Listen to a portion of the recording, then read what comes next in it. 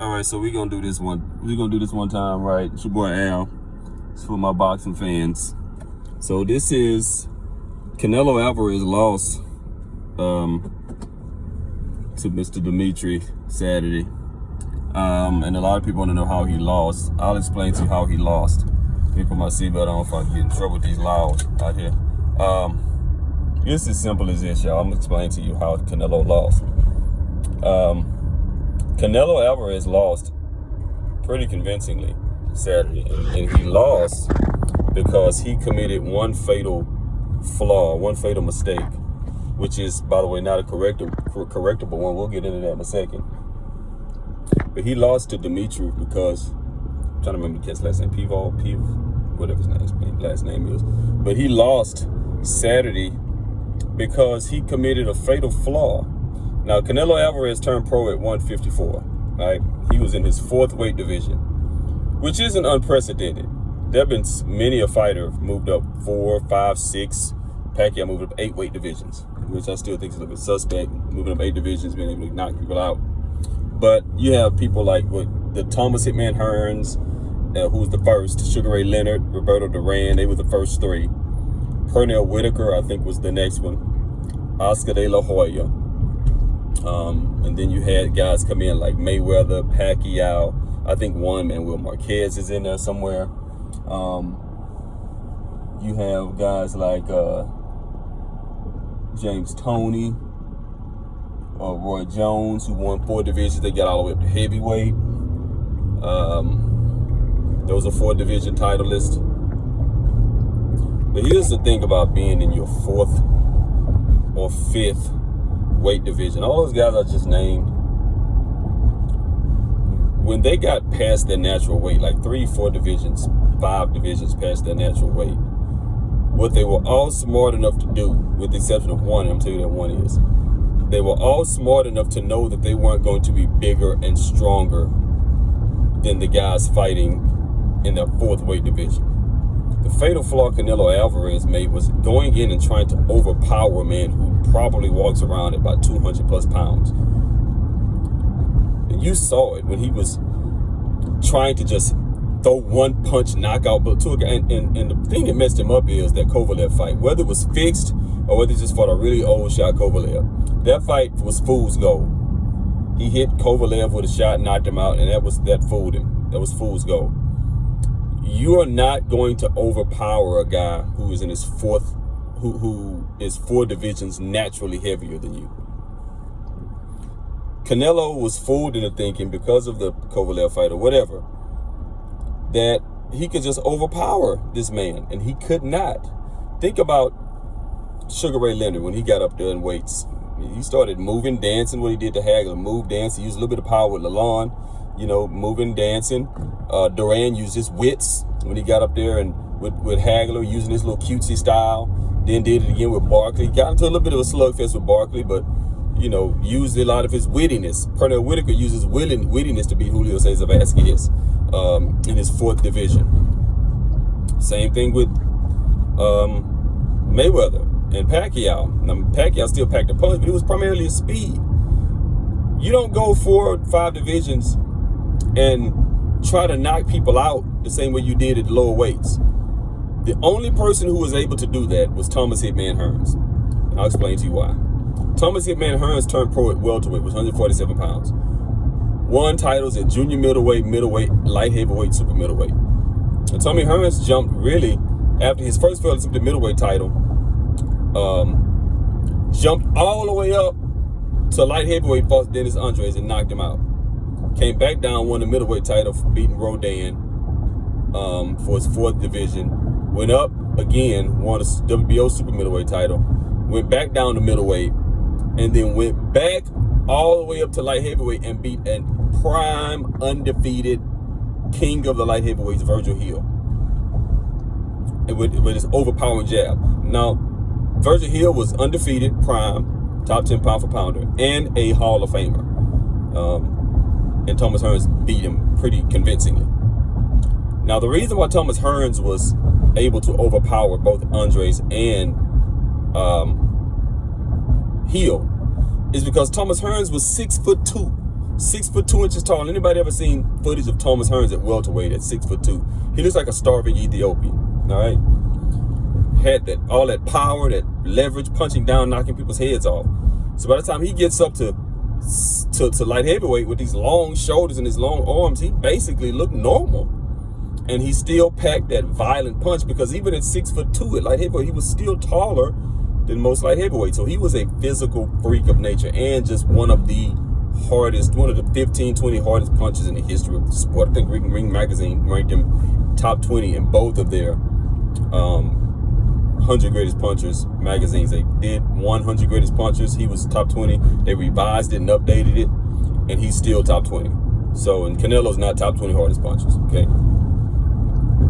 But Canelo got up there and tried to slug. Now, you've seen guys fail at that, right?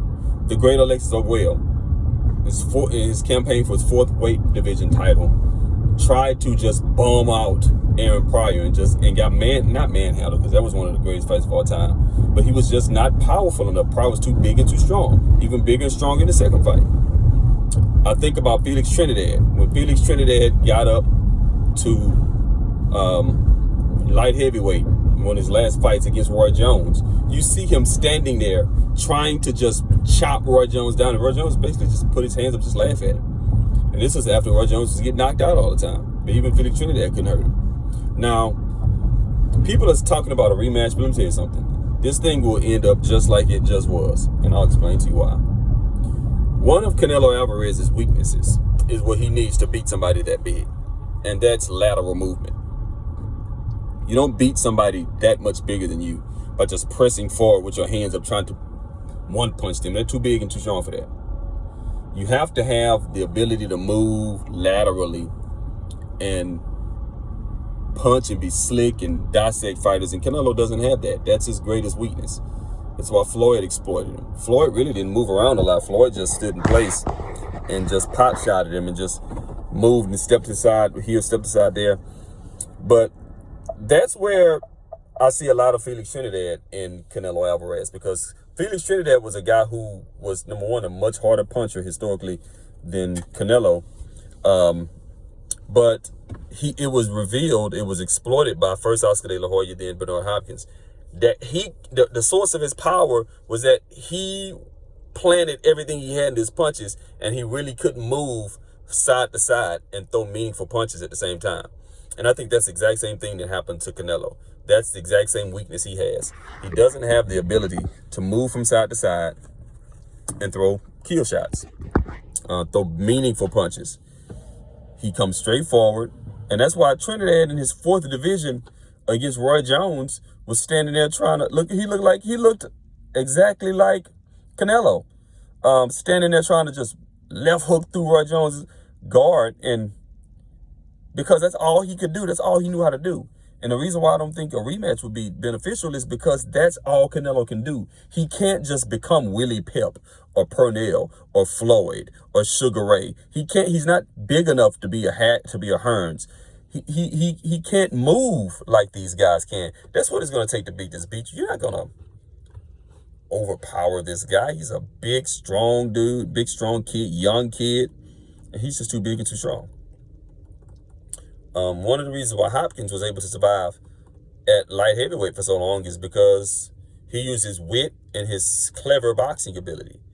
Canelo has always been a guy outside of junior middleweight who's tried to he put on all this weight. You know, he steroid test twice, failed, put on all this weight and just thought he could just bang guys out of there. And maybe also he got fooled with the Triple G fight, because he kind of walked Triple G down that second fight. And made Triple G back up. And maybe he thinks because he backed up the great Triple G, he can back up anybody. Bro, you're in your 4th division. You cannot walk this guy down. He's too big. He's too strong.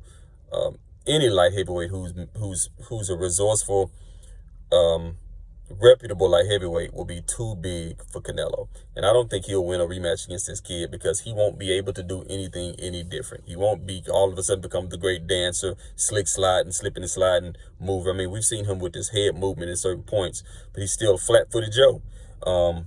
And against these big guys, It's not going to happen.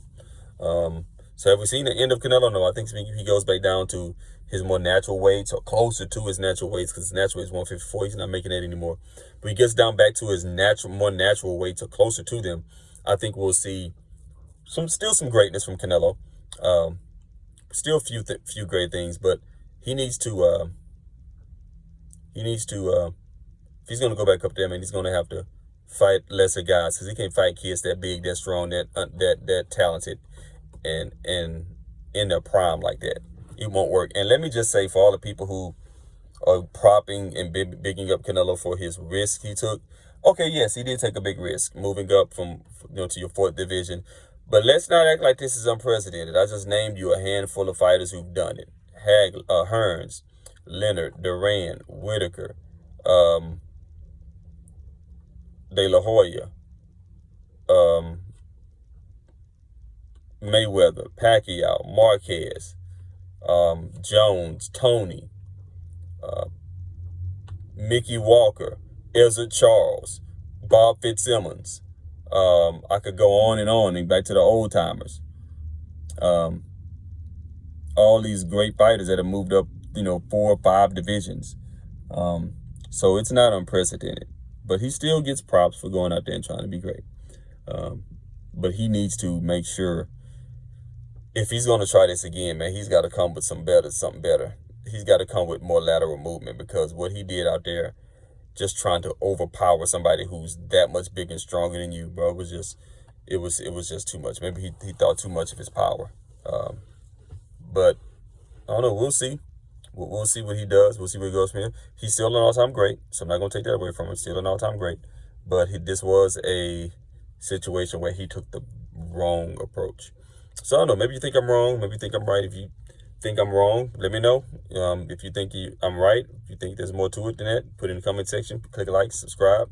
More boxing pages to come. We're going to get into this, more boxing videos to come. We're going to get into this Crawford and Spence potential. Let you know who I think is going to win that and why. Because I'm very seldom wrong about these things. But we'll get into that another time. In the meantime, happy Wednesday. It's your boy Al. Peace.